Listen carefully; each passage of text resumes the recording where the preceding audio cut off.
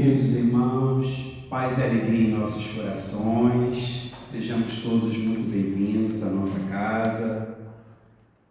Antes de iniciarmos a nossa reunião, nós gostaríamos de pedir por gentileza para que os celulares sejam desligados ou colocados no modo silencioso.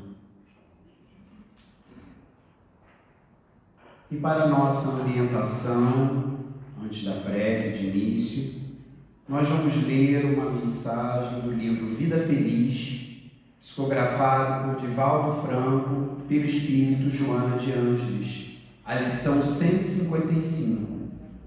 Aprende com as lições da vida, mas principalmente com as tuas próprias experiências, confiando menos nos cantos das sereias que seduzem, arrastando para os abismos. Se o ébrio deseja liberar-se do alcoolismo, encontra com mais facilidade quem lhe sirva um novo trago em vez de quem lhe dê um pão. Se o fumante quer abandonar o tabagismo, a ironia dos amigos tenta ridicularizá-lo, insistindo com ele para que continue envenenando-se. Se o toxicômano faz esforço para deixar a droga, o traficante ameaça-o e chantageia. Se o delinquente de qualquer matiz intenta a reabilitação, enxameiam ao seu lado os que conspiram contra o seu esforço. Tem, pois, cuidado e mantém-te sadio, física e moralmente. Nesse momento, queridos irmãos, elevemos o pensamento a Jesus em oração. Amado Mestre Jesus, te damos graças, Senhor, por mais uma manhã abençoada pelo teu amor, pela tua bondade, pela tua misericórdia, em que nos reunimos em teu bendito nome, para nos debruçarmos sobre as preciosas lições do teu Evangelho, que servem de orientação, diretriz segura para as nossas vidas. Que tenhamos, Senhor, mentes e corações abertos à semente de luz que será lançada em cada um de nós nesta manhã, e que a nossa irmã responsável pelo estudo possa, devidamente amparada pela espiritualidade superior, ser fiel intérprete da mensagem do teu Evangelho. Que assim seja. Lembre-se, agora nós vamos para o momento principal da nossa reunião pública, que é o nosso estudo, que hoje está a cargo da nossa irmã Leila Santos, trabalhadora aqui do CELC. Como sempre, nós teremos a explanação de O Evangelho segundo o Espiritismo de Allan Kardec, no caso, capítulo 22, Não separeis o que Deus juntou, os itens de 1 a 4, cujo tema é indissolubilidade do casamento. Possamos vibrar para nós, irmão. Tá ligado aqui, Alisson? Até 10. Tá ok.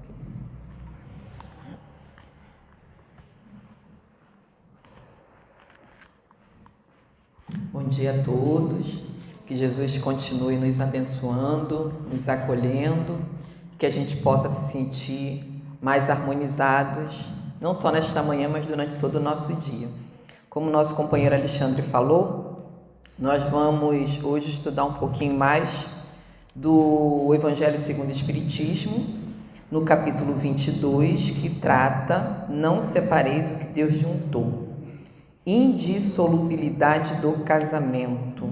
Esse tema está sendo analisado nos itens 1, 2, 3 e 4. E Kardec, normalmente, quando ele vai iniciar um tema, ele pega algum trecho, de textos dos evangelistas. E nesse capítulo aqui, ele pegou o texto do evangelista Mateus, no capítulo 19, versículos de 3 a 9. A gente vai iniciando, porque hoje o tema é grande, então vai haver momentos que eu vou ler ponto a ponto e outros momentos que eu vou dar uma puladinha, tá bom? Então vamos lá no primeiro item.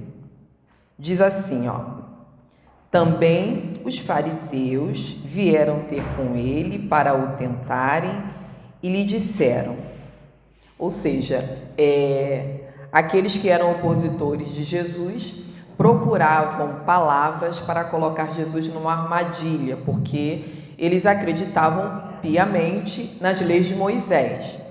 Então, será permitido a um homem despedir sua mulher por qualquer motivo? Ou seja, ele devolver a sua esposa.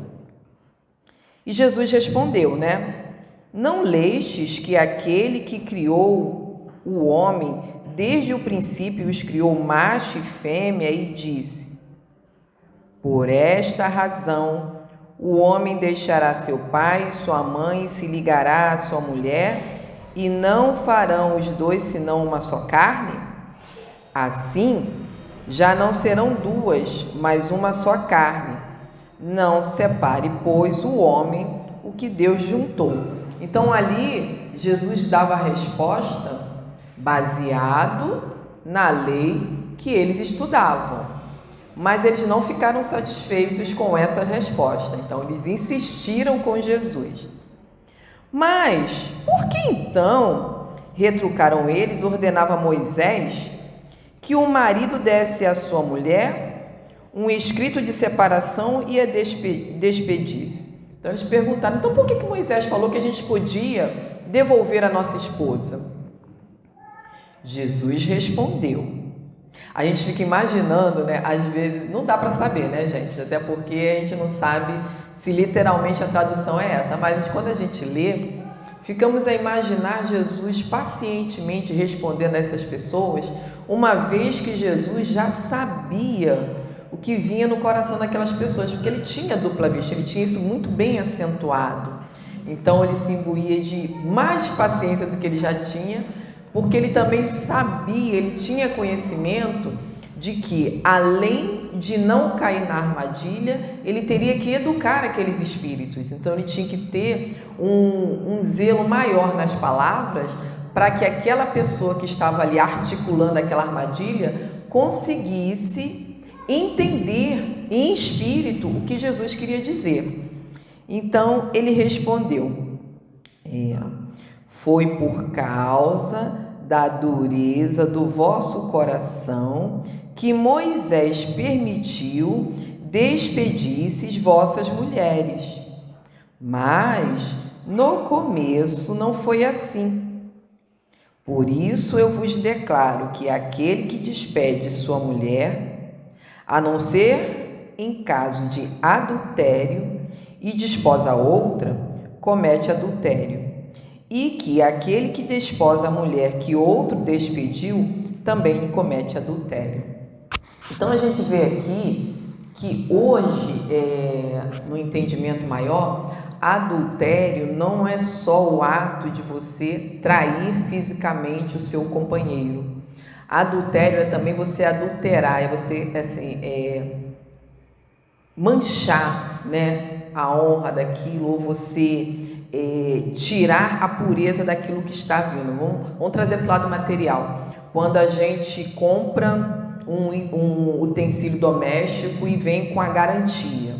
Se você não está contente com o manuseio daquele objeto, se você mexe para tentar consertar, a autorizada entende que você tirou a configuração original daquele objeto. Aí agora a gente traz para a nossa realidade.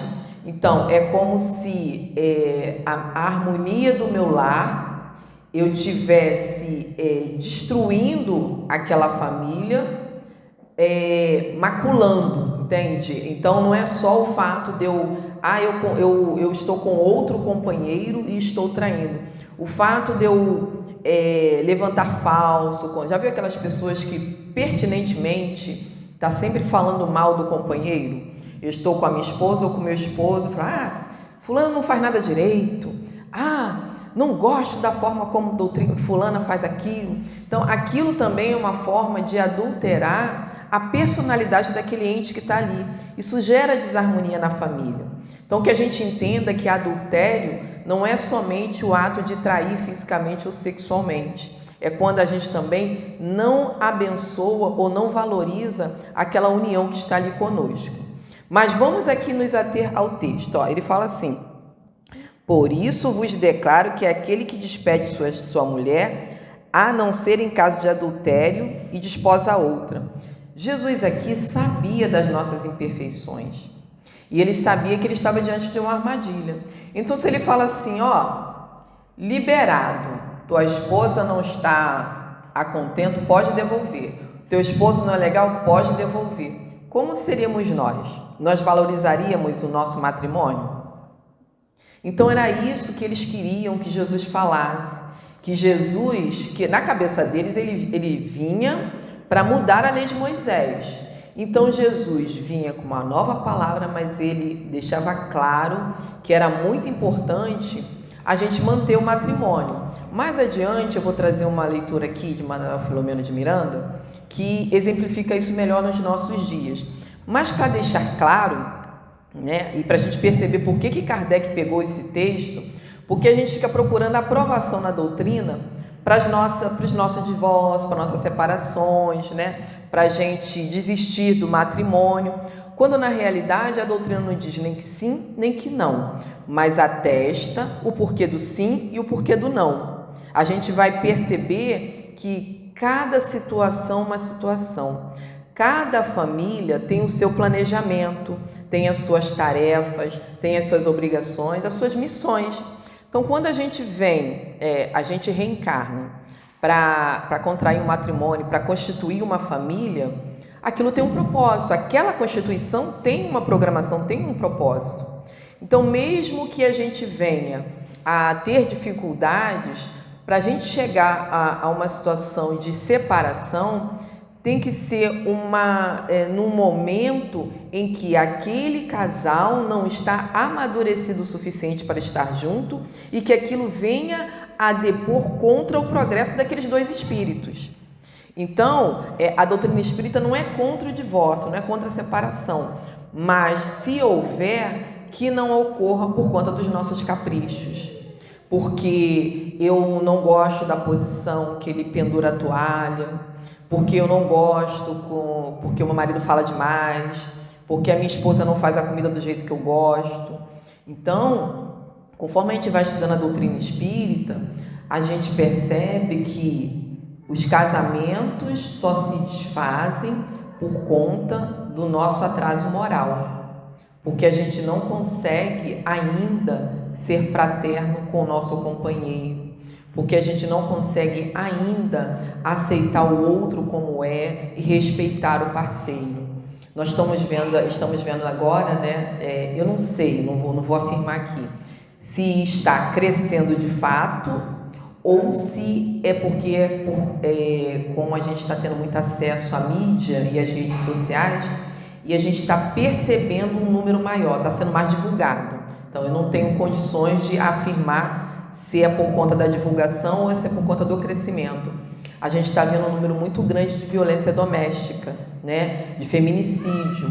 Então, o relacionamento se desfaz, mas o parceiro não aceita. Então, não basta só a separação de corpos. Então, antes, eu não estou conseguindo viver com esse meu companheiro, você vai para outra residência, eu fico nessa residência, vou para outra residência e praticamente foi solucionado o problema. Não é assim que está acontecendo.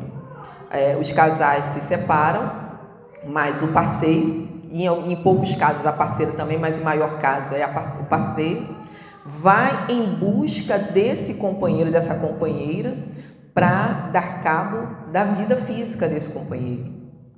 Então, isso é uma exacerbação do nosso egoísmo. Então, se aquela pessoa não quer conviver comigo, ela não vai conviver com mais ninguém. Olhem os débitos que nós estamos criando, A gente reencarna com um propósito para vencer algumas das nossas dificuldades e a gente contrai um débito maior ainda, que a gente está exterminando a vida do nosso irmão. A doutrina espírita explica que quando aquele relacionamento se desfaz, o fato da gente se separar é porque já estava separado, porque já não há mais sentimento, já não há mais respeito. Então, por que continuar naquela convivência se nenhum nem outro consegue respeitar o seu companheiro? Então, para não haver esses casos de assassinato, né, de homicídios, é que o casal se separa. Agora, não justifica a separação e o casal continuar brigando. O casal, um ou outro, continuar perseguindo o outro irmão. Qual foi a lógica, então, da separação, se a animosidade não se desfez? Então, Kardec vai explicar um pouquinho mais para nós, mesmo naquela época em que foi codificada a doutrina, o tema não está obsoleto. A gente está percebendo que ainda temos muita dificuldade da convivência no matrimônio, no casamento, nas relações, né, debaixo do mesmo teto. Então, que fique claro aqui, né, quando Jesus fala que aquele que despede sua esposa, né, e desposa a outra, né, comete adultério. Eu vejo assim que Jesus queria que aqueles homens percebessem que Jesus não estava dando carta de adultério para ninguém, não estava consentindo que ninguém por motivo banal fosse lá e toma aqui que eu não quero mais, como se a mulher fosse uma mercadoria, porque a gente sabe que há bem pouco tempo, né, coisa do século passado, 1900 por aí, a mulher ainda era muito estigmatizada. Então imagine na época de Jesus, com qual facilidade eles achavam que poderia dispor da sua companheira, né? Então Jesus aproveitou uma oportunidade para colocar freio a esse sentimento masculino de devolver sua esposa no momento que eles bem quisessem, quando estivessem insatisfeitos, como se ela fosse uma mercadoria. E Kardec vem em nosso auxílio no segundo item, no item 2. Ele diz assim, imutável só há o que vem de Deus. Então, por mais que a gente, né, nós seres humanos, criemos leis civis, a lei natural não muda. Vai mudar o nosso regimento, a nossa forma de ver, como a gente está percebendo aí, né?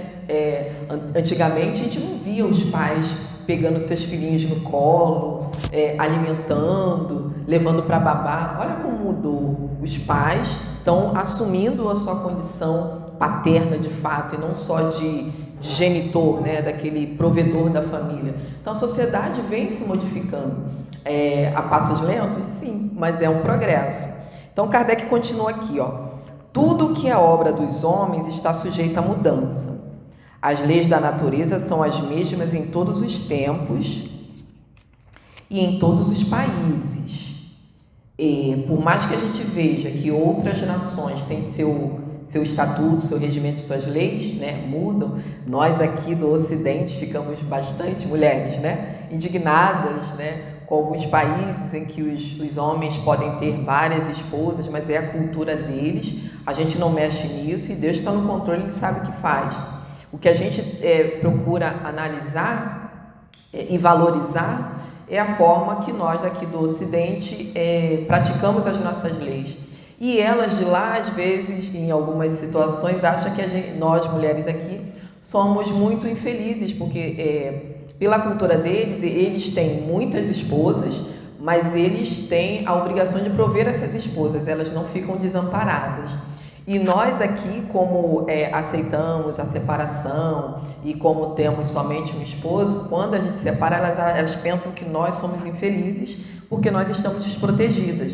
Isso é uma questão cultural, mas a lei de Deus não muda. Quando a gente constitui família, quando a gente contrai matrimônio, é para um amparar o outro nas suas fragilidades. E eu não falo aqui de fragilidade física, falamos de ganho moral. Então, de repente, eu estou com meu companheiro, eu tenho uma facilidade maior para gerenciar o lar, organizar a casa, né? E o companheiro tem uma facilidade maior para ver se as crianças estão atentas às tarefas escolares, né? Então, isso aí é um código que cada casal vai determinar na sua família, correto? Mas o importante é que um respeite o outro e os filhos percebam esse respeito no lar e essa harmonia. Kardec continua aqui, ó. As leis humanas mudam segundo os tempos, os lugares e o progresso da inteligência. No casamento, o que é de ordem divina é a união dos sexos, para que se opere a substituição dos seres que morrem, mas as condições que regulam essa união são de tal modo humanas que não há no mundo inteiro, nem mesmo na cristandade, dois países onde elas sejam absolutamente idênticas, e nenhum onde não hajam, com o tempo, sofrido mudanças. Então, ele vem dizendo aqui para nós que cada nação, cada país tem seu, como eu falei, né, sua forma de ver o matrimônio, e nenhum país é igual ao outro, mesmo que a gente tente copiar algumas leis, né? A gente tem muito, como é que eu vou dizer, a nossa Constituição vem muito de algumas deliberações da França, dos Estados Unidos, então a gente pega algumas coisas e depois agrega a nossa realidade aqui no Brasil. Mas eu achei interessante, né? Eu reencarnei no corpo feminino e algumas mulheres são feministas, né? Então, antes que eu gritasse, né, o meu feminismo, a espiritualidade falou: calma aí, mocinha, porque ele fala aqui, ó, no casamento, o que é de ordem divina é a união dos sexos para que se opere a substituição dos seres que morrem. Os materialistas defendem, né, para ter a relação livre, a relação aberta, que as uniões são pura e simplesmente para os casais terem filhos. Então, quando a gente lê isso aqui, para a substituição daqueles que morrem, né, a gente pensa que existe a família, o matrimônio somente para os espíritos reencarnarem. Aí eu pensei, somente? Eu estou dando graças a Deus, né, de eu ter reencarnado e estar tentando burilar as minhas dificuldades, né? A gente sabe que uma encarnação só não é suficiente, e quando a gente pensa que a união do casal, né, seja ele hétero ou não, tem um propósito, a gente não procure ver nisso somente a busca do prazer e a procriação. E isso é tão importante que a gente vê lá, né, tanto no Evangelho quanto no Livro dos Espíritos, aquele capítulo que fala da encarnação, a importância da reencarnação dos espíritos. Eu lembrei desse livro aqui, esse livro Transição Planetária, pela psicografia de Valdo Pereira Franco, e ditado pelo espírito Manuel Filomeno de Miranda. Não sei porquê, eu fiquei catando qual foi o capítulo que eu fiz, qual foi o capítulo. Porque naquela época que teve a tsunami na Indonésia, né, foi um fato lamentável, aí Manuel Filomeno vem explicando para nós o porquê que ocorreu aquilo tudo. Eu me recordei que houve um momento que alguns casais aqui no plano físico foram chamados em desdobramento no plano espiritual para terem um diálogo com os amigos espirituais. Então, nesse capítulo, eu peguei, qual foi o capítulo que eu peguei? Foi o capítulo 14, Diretrizes para o Futuro. E André Luiz começa relatando para nós, no início desse capítulo, a importância de reencarnarem. Eu falei, gente, muito atual. Espíritos de ciência, espíritos pesquisadores. E a gente viu agora, nessa época da pandemia, como teve a urgência da descoberta da vacina. A gente sabe que para ter uma conclusão para ser solucionada uma questão, eles demandam muito tempo para pesquisar. E eles tiveram que pesquisar com urgência. Então, a espiritualidade não dorme. A gente pensa que está tudo à deriva, mas não está. E André Luiz começa esse capítulo falando sobre isso, exaltando, falando da necessidade, né? Quando eu vi aqui, ó, substituição dos seres que morrem. Não é que vai ser assim, morreu esse, vamos trocar a mercadoria. Não é dessa forma. A gente precisa reencarnar. O planeta precisa evoluir. Então, para evoluir, precisa de seres não só atrasados, que precisam de uma chance, mas também seres que vêm para contribuir conosco. É isso que o André Luiz trata aqui no capítulo. E esses casais, a gente está falando de matrimônio, particularmente nesse caso, eram casais que estavam com dificuldade de engravidar, tinha uma dificuldade. E os amigos espirituais ia dar um certo auxílio para esses casais. Então aqui a gente não está falando de uma gravidez comum, como a gente vê, sem dificuldade, que você planeja ou não planeja, né? Às vezes tem um descuido, acontece, mas a espiritualidade não tem descuido nenhum. O descuido é só nosso. E aqui ele trata de casais que vêm com uma missão de receber esses espíritos. E nesse trecho, eles conversam assim. Deixa eu pegar aqui, coloca aqui.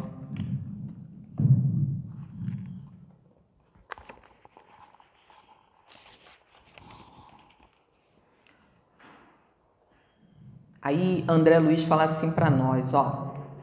Participaríamos de atividades de selecionamento de casais para receber como filhos os visitantes de mais além, de modo que lhes fosse possível alcançar as metas superiores que anelavam, iniciando o ciclo dos renascimentos no mundo terrestre, até quando estivessem colocadas as balizas da era de regeneração. É o que a gente está vendo hoje. Provavelmente, esses espíritos que reencarnaram, estamos em 2022, eles devem estar beirando aí quase os 30 anos. Mas isso sempre ocorreu, não é só com esse caso aqui. Eu peguei esse caso porque é pertinente a nós, que quando a gente levanta a bandeira do casal, né, que vem só para viver juntos e dizem não vou ter filhos. Então, pode acontecer de ter sim. Tá? Então, a gente faz os nossos planos aqui, mas se a gente lembrar do que a gente prometeu no plano espiritual, a coisa deve acontecer. E também para a gente perceber que ser casal é sagrado. Por mais que a gente tenha dificuldades, a gente tem que fazer o possível para ter essa harmonia no lar.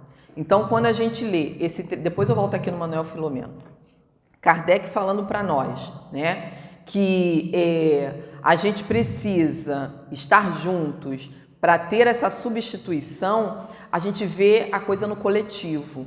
Já não é mais só a minha família, é a família no coletivo. E ele prossegue aqui, ó. Daí resulta que, em face da lei civil, o que é legítimo num país e em dada época é adultério noutro. Então, é adultério em outro país e noutra época. Isso pela razão de que a lei civil tem por fim regular os interesses das famílias, interesses que variam segundo os costumes e as necessidades locais, como eu falei, né? Eu falei da questão lá dos muçulmanos, mas a gente está vendo lá na Coreia como é restritivo, a gente vê na China. Então, cada nação tem as suas leis. Aí a gente pula aqui para o item 3. Kardec faz mais um adendo aqui para nós, ó. Mas, na união dos sexos, a par da lei divina material comum a todos os seres vivos, há uma lei divina imutável como todas as leis de Deus, exclusivamente moral. Então, ele está falando aqui que é mais de uma lei. Tem a lei material, né? Então, que a gente não considere o sexo como uma prática suja, desde que esteja ali duas pessoas que se amam, a prática sexual é uma prática divina. A gente só não pode ter a promiscuidade, né? Como Jesus falou lá, ó, do adultério, porque a gente sabe que algumas pessoas pregam o sexo livre. Então ele diz aqui que tem outra lei imutável também, que é a lei do amor. Então que haja equilíbrio e amor entre esse casal. Então ele diz assim, ó: quis Deus que os seres se unissem não só pelos laços da carne. Então não é só porque primeiro, né, nós como somos seres imperfeitos, alguma coisa tem que atrair no nosso parceiro para que chame a nossa atenção. Chamou a atenção, depois a gente vai praticar a convivência, né? E vai ir ali burilando, né, as nossas questões. Quis Deus, vou repetir, que os seres se unissem não só pelos laços da carne, mas também pelo da alma, a fim de que a afeição mútua dos esposos se lhes transmitisse aos filhos, e que fossem dois e não um somente a amá-los e a cuidar deles e a fazê-los progredir. Então, o casal é junto às responsabilidades. Daí a gente pode entender quando Jesus fala uma só carne. Não é que a gente vai abrir mão da nossa individualidade em prol do outro. Cada um é um espírito, é individual, mas a harmonia tem que ser mútua ali. E os filhos, né, que estejam ali presentes, eles precisam perceber essa harmonia do casal. E aqui eu lembro que a gente lê nos Evangelhos e Humberto de Campos retrata no livro Boa Nova, no capítulo 15, deixa eu ver aqui o nome do capítulo, Joana de Cusa, né, o nome do capítulo, que fala da Joana.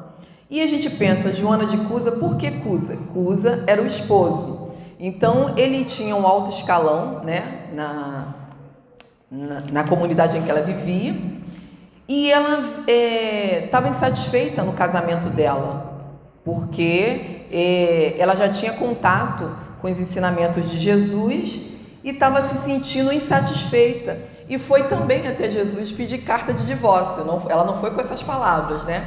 Mas ela foi falar que estava, se ela poderia seguir a Jesus, deixar o casamento.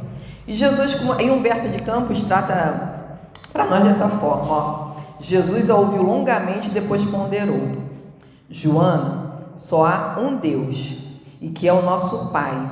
E só existe uma fé para as nossas relações com o seu amor.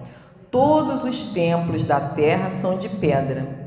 Eu venho em nome de Deus abrir o templo da fé viva no coração dos homens. Aí depois ele fala, vai filha, ser fiel. Uma inflexão de tal carinho que ela jamais haveria de esquecer. Então, ele falou para ela que ela poderia seguir o ensinamento de Jesus no lar dela. Ela não precisaria se desvencilhar, né, de Cusa. E ela continuou. Era uma vida difícil, não era um mar de rosas. Ela teve mais 2 filhos e depois outras coisas aconteceram, né? Cusa veio a desencarnar, mas aí vocês veem o final da história lá no capítulo 15.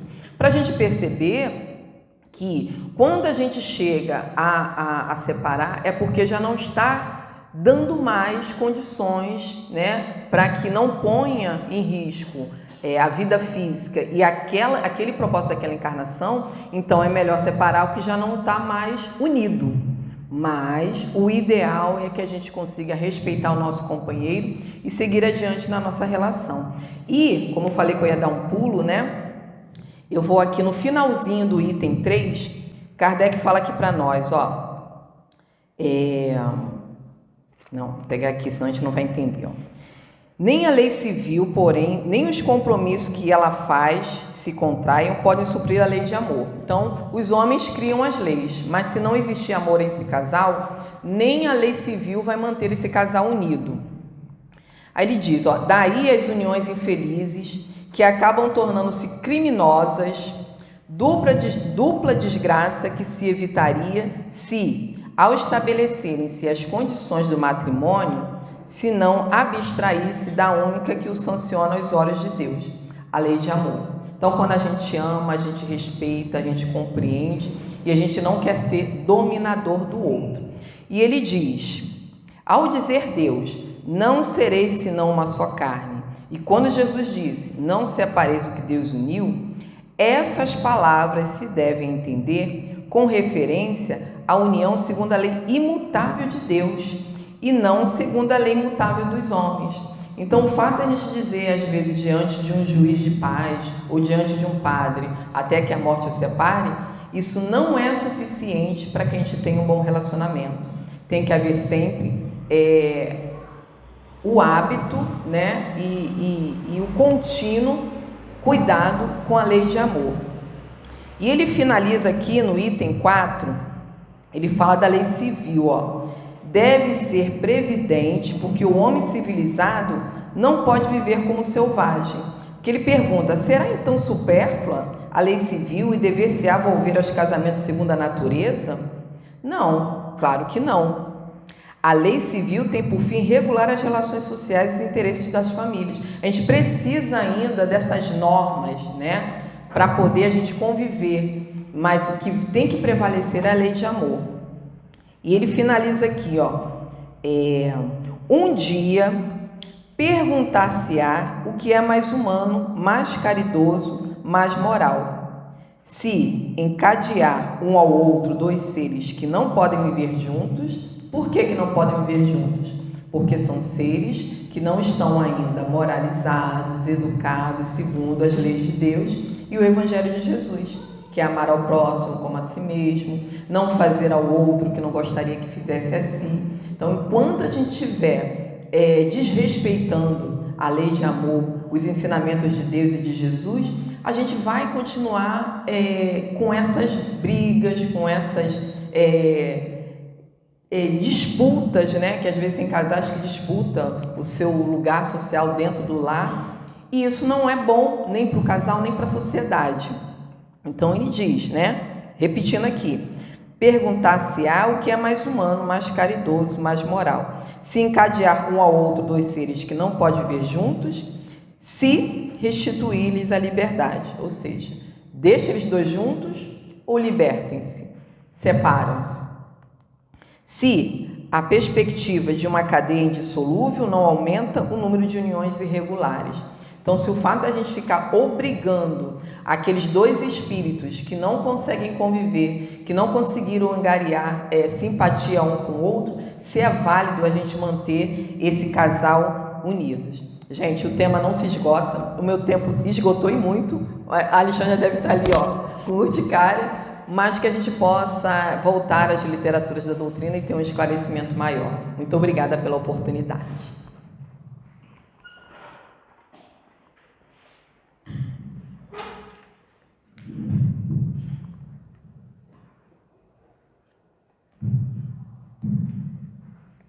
Nós agradecemos a nossa irmã Leila pela mensagem, pelos esclarecimentos dessa manhã, e que o Mestre Jesus possa continuar parando em suas tarefas na Seara do Cristo.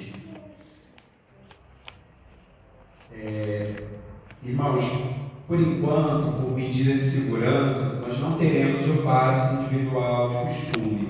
Em vez disso, faremos o passe coletivo aqui no próprio salão, juntamente com a prece final. Portanto, pedimos aos irmãos que permaneçam sentados em seus lugares.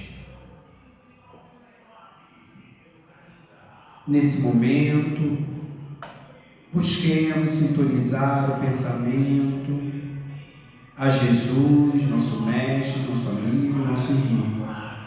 Jesus querido, divino pastor de nossas almas, aqui estamos, Senhor, com os pensamentos voltados para Ti, nesse momento, rogando que Tu possas derramar sobre cada um de nós, encarnados ou desencarnados, uma chuva de bênçãos.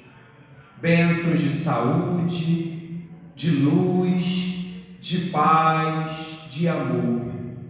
Fortalecendo em nós, amado Mestre, a fé, o ânimo, a coragem, para prosseguirmos em nossa jornada evolutiva, tendo sempre como base as sublimes lições do Teu Evangelho.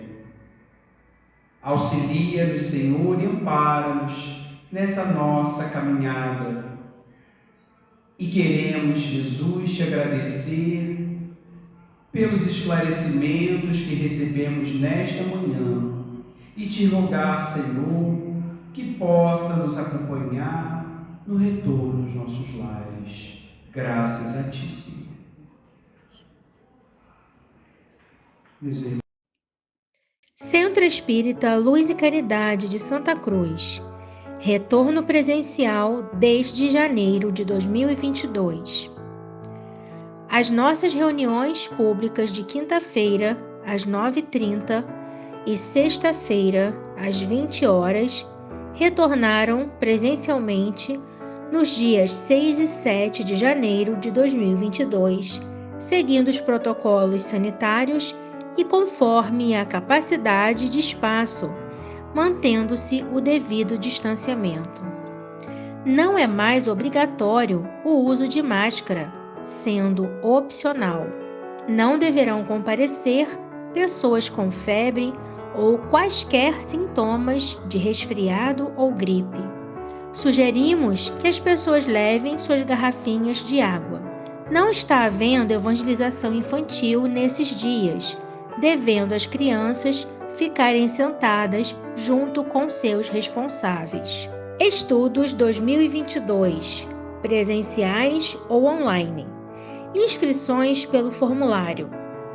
Estudo sistematizado da doutrina espírita, a partir dos 22 anos. Presencial, aos sábados, das 16h30 às 18 horas. Iniciou-se em 5 de fevereiro de 2022. Online, às segundas e quartas quintas-feiras, das 20 às 21 horas. Iniciou-se em 10 de fevereiro de 2022. Evangelização espírita da juventude, dos 13 aos 21 anos. Presencial aos domingos, das 10 às 11h30. Iniciou-se em 6 de fevereiro de 2022. Evangelização espírita da infância e da família. Presencial para crianças de 3 a 12 anos, pais e responsáveis. Aos domingos, das 10 às 11h30. Iniciou-se em 6 de março de 2022. Ama o teu próximo como a ti mesmo. Jesus. Está em Mateus, capítulo 22, versículo 39. Vacinar-se é um ato de amor ao próximo e a si mesmo. Vacine-se. Centro Espírita Luz e Caridade de Santa Cruz, Rua General Olímpio, 607, Santa Cruz, Rio de Janeiro, RJ. Telefone 21 3395 0509.